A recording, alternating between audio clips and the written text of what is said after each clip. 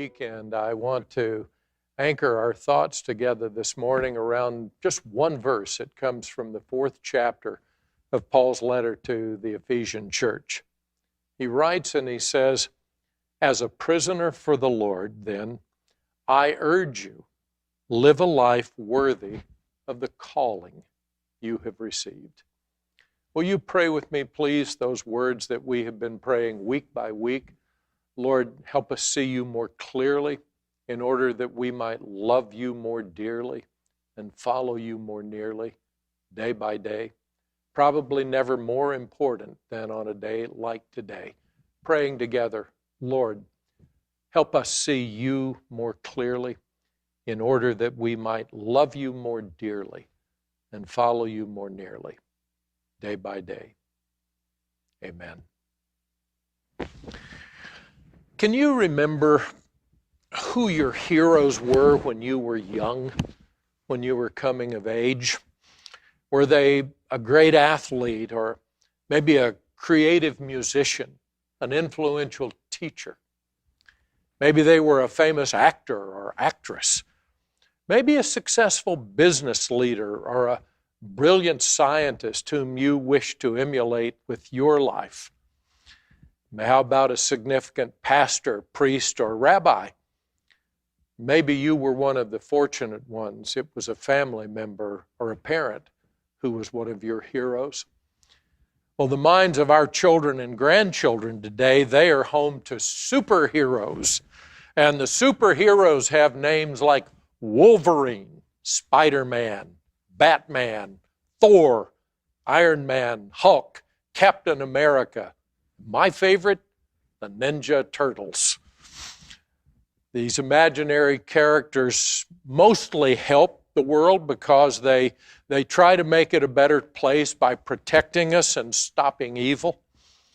Well, all of this talk about heroes and superheroes, I think it should make us stop and ask the question, just what do we mean? What are we talking about when we call someone a hero? Well, we may not realize it. Much of our thinking about heroes has been shaped by a book written in the middle of the 19th century by a Scottish philosopher whom most of us have never heard of, whose name was Thomas Carlyle. While his book may not be on your bookshelf or mine, it may not be on your electronic tablet or mine, our thinking about heroes has certainly been influenced by the book that he wrote titled On Heroes, Hero Worship, and the Heroic History.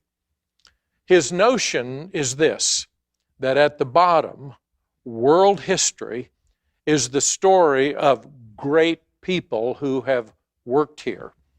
It became known, and a term perhaps you're familiar with, as great man theory. Perhaps we would better translate it in our day as great leader theory.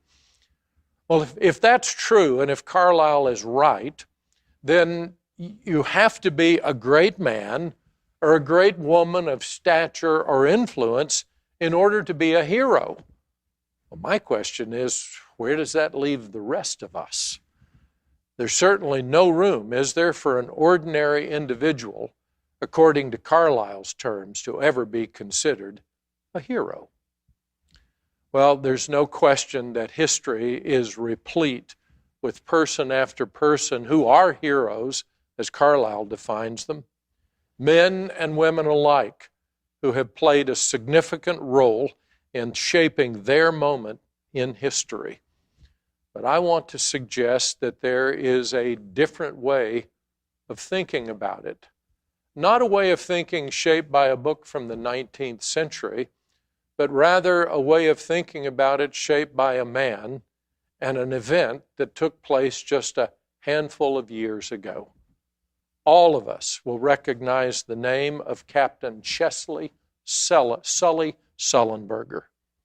You know, he saved the lives of 154 passengers aboard that Airbus A320 on January 15, 2009, when he landed it in the Hudson River. Here's the irony. Sully, he does not consider himself a hero.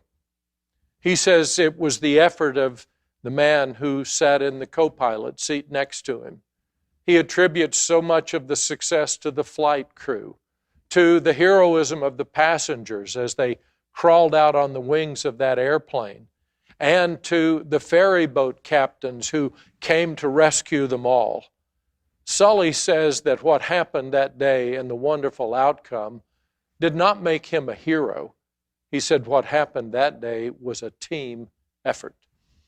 Then he offers this thought. Listen, he says sometimes a hero is just a seemingly ordinary person who has been thrown into extraordinary circumstances. Let me say that again. Sullenberger says sometimes a hero is just an ordinary person, seemingly ordinary man or woman, who has been thrust into extraordinary circumstances. Well, isn't every one of us capable then, by that definition, of living heroically, when as ordinary people we might find ourselves being thrown into extraordinary circumstances, extraordinary situations? This is Memorial Day weekend. Many of us can recall the names of great military leaders throughout history. We would call them heroes from our past. But how many acts of heroism have gone unrecorded or unrecognized? Acts that are known only to the soldiers, the sailors, the Marines, or the airmen who died alongside them in a foxhole, on a ship, in a helicopter. Every great military leader, every great military hero knows that success ultimately depends upon inspirational leadership in the field, but it also depends upon acts of heroism on the part of the ordinary person, that soldier, that Marine, that sailor, that airman, who has been thrown into extraordinary situations in the field of battle, in combat. One of the greatest heroes of World War II, he was a private whose name was Desmond Doss. All of us have seen his story recently, I hope, in a great film called Hacksaw Ridge. Doss became a pariah among his fellow soldiers in boot camp because he refused to touch a rifle and he would not train on Saturday. Both of those because of his deeply held religious convictions. But his burning desire and his passion was to serve as a combat medic. When he was placed in the extraordinary circumstances of the battle for Iwo Jima, his acts of heroism saved the lives of 75 injured and dying soldiers as he carried them to the cliff's edge and belayed them down to the face of what is called Hacksaw Ridge and to the safety of their colleagues in arms and to the care that they would receive in the hospital. No one considered him a pariah after that. In fact, the president hung the Medal of Honor ribbon around his neck for valor, for his acts of heroism. For the past 152 years now, we as citizens of our grateful nation, we have set aside Memorial Day to honor the memory and the sacrifice of those who lived and died heroically on the fields of battle, with the families and friends of those who have grieved their loss. We honor their sacrifice, but we do not glory in war. All of us long for the day when no mother's child, when no husband or wife, no child or son will ever, or daughter will ever have to suffer the loss and experience grief. We pray for and we long for the day when Isaiah's vision of God's preferred future will have become our reality. Listen to this text from the 2nd chapter of the book of Isaiah. In the last days, the mountain of the Lord's temple will be established as the highest of the mountains. It will be exalted above the hills, and all the nations will stream to it. Many peoples will come and say, "Come, let us go up to the mountain of the Lord, to the temple of the God of Jacob. He will teach us his ways, so that we may walk in his paths. The law will go out from Zion, the word of the Lord from Jerusalem. He will judge between nations. He will settle disputes for many people." And then these words, "They will beat their swords into plowshares and their spears into pruning hooks. Nation will not take up sword against nation, nor will they train for war anymore." And then Isaiah says, "Come, descendants of Jacob, let us walk in the light of the Lord." For some time now, we as a nation seem to be living through a series of crises, don't we? Crises of many kinds. The current crisis that has dominated our lives for the past 5 months since the beginning of the new year has been the COVID-19 crisis. The symbols of our present crisis will always be the reminders of the face mask or the gloves that we wear. We've also come up with a new vocabulary, a new terminology, a new practice. We call it social distancing. We've watched our political leaders attempt to cope with the crisis. We're living in that delicate juggling act, if you will, between the self-restraint that each of us as citizens are encouraged to practice out of concern for one another, and yet in the hopes that our government leaders don't overreach into our freedoms and the liberty that is so precious to each and every one of us. Are we not grateful for the finest scientists and medical researchers who every one of them are daily expending Herculean efforts to understand the DNA of this virus in order to produce a vaccine in an unheard of short period of time that will hopefully protect us from this virus and those we love in the future? Every day in this crisis, we see examples of ordinary people living heroically in these extraordinary circumstances. Bill DeVoe wrote a book called The Surprising Path to True Manhood. And in that book, he defines heroic this way.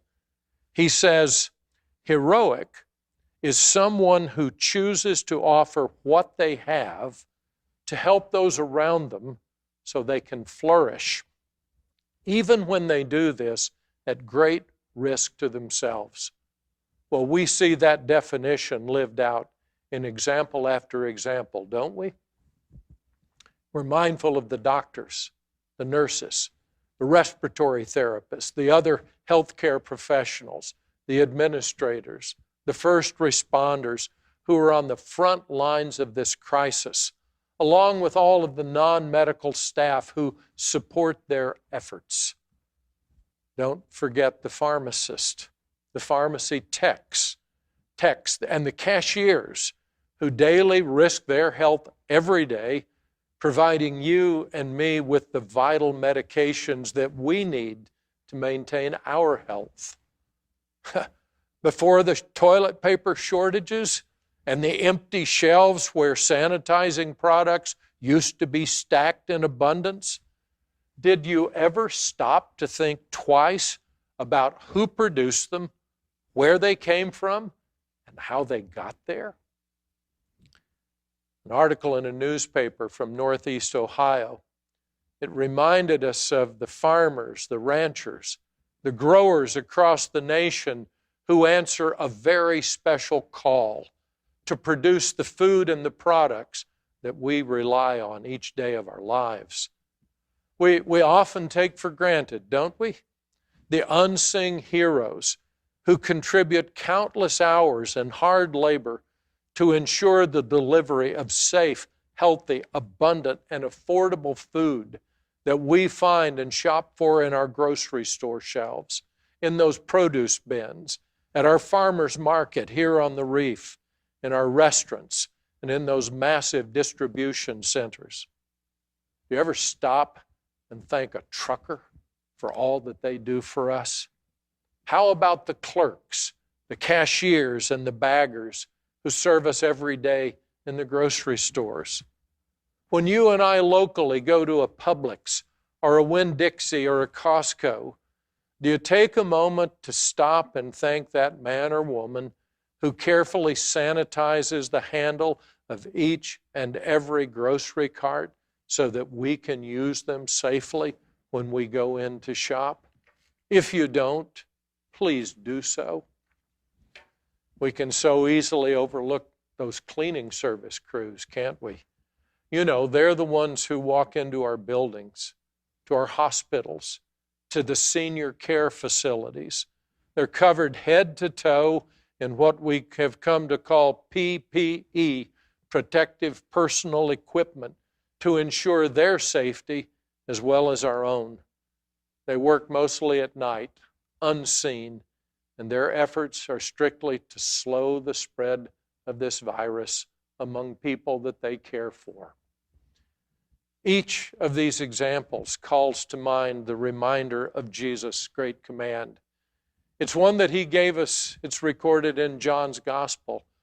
It's perhaps familiar to it, but listen, John 15, 1 and 2. My command is this, love one another as I have loved you. And then Jesus says, greater love has no man than this, than that he or she lay down his life for his friend. And then he says, you're my friends if you do what I command. One of the great stories to come out of our time, Crazy John's socks. Have you heard of them? It is a wonderful father-son enterprise inspired by John Lee Cronin. He is a beautiful young man who has Down syndrome. And you know what he loves? Crazy socks. Well, he and his dad, Mark, have capitalized on his son's passion to spread happiness through making crazy socks for us to wear. But they've come up with something special in this time of crisis. It's what they call healthcare hero socks.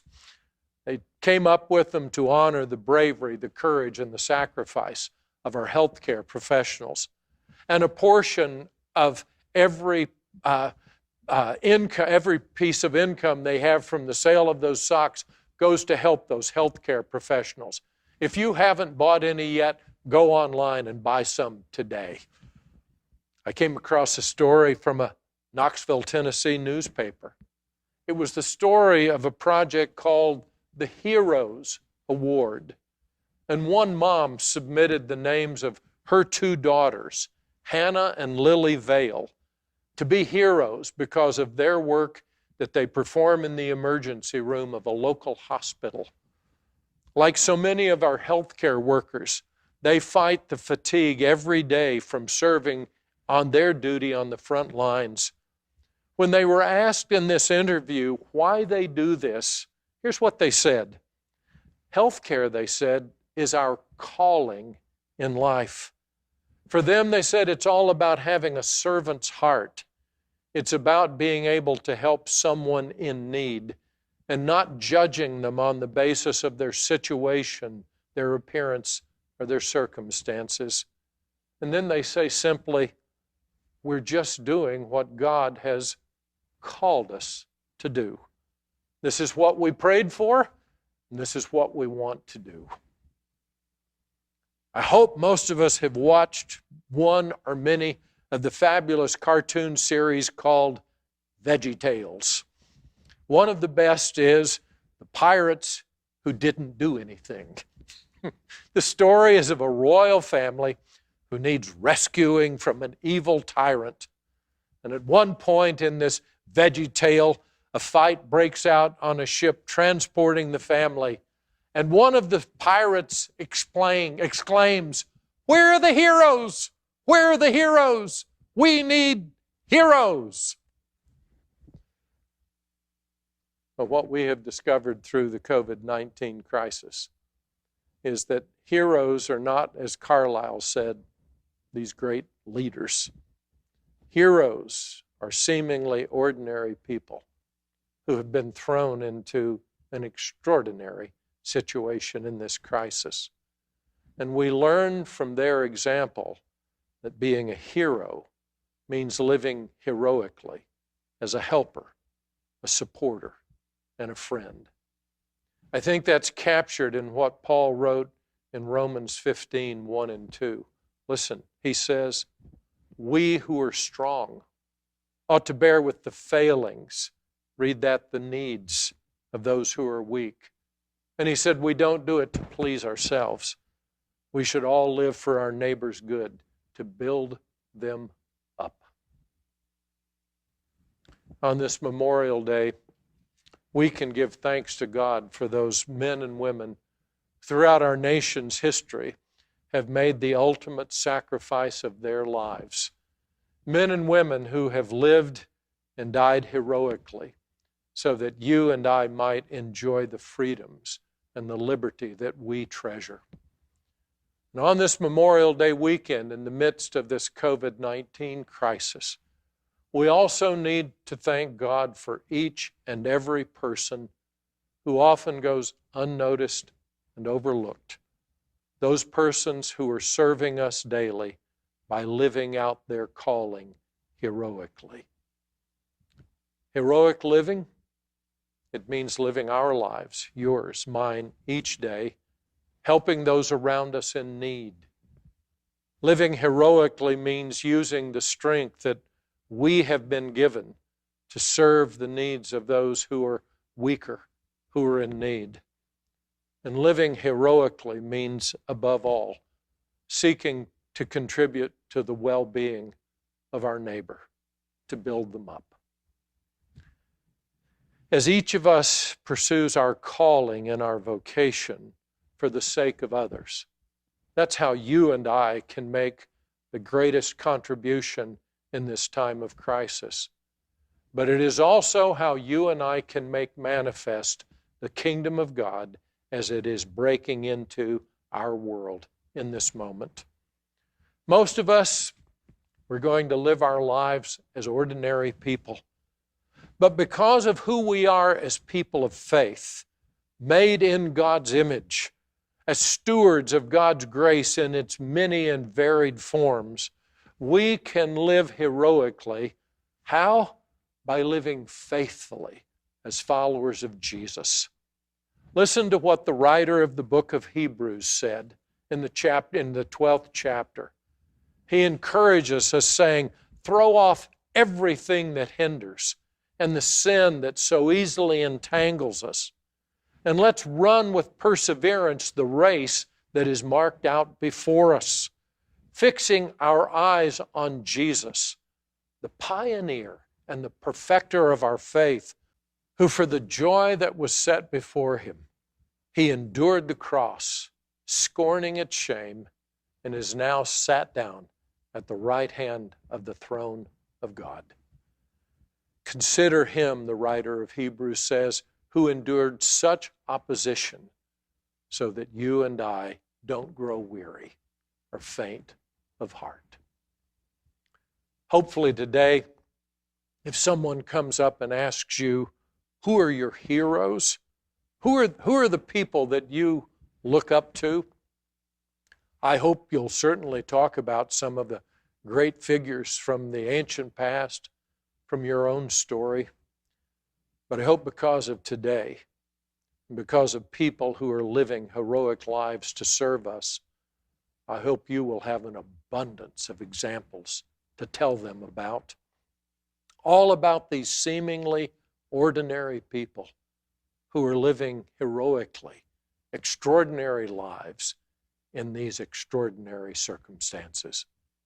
Each one of them, whether they realize it, think about it, or know it, they are an echo of the greatest person who has ever lived, and they are living out an example of the greatest love that has ever been given, the life and the love of Jesus. He is the inspiration to us for the investment of our lives in the calling, our vocation that we pursue.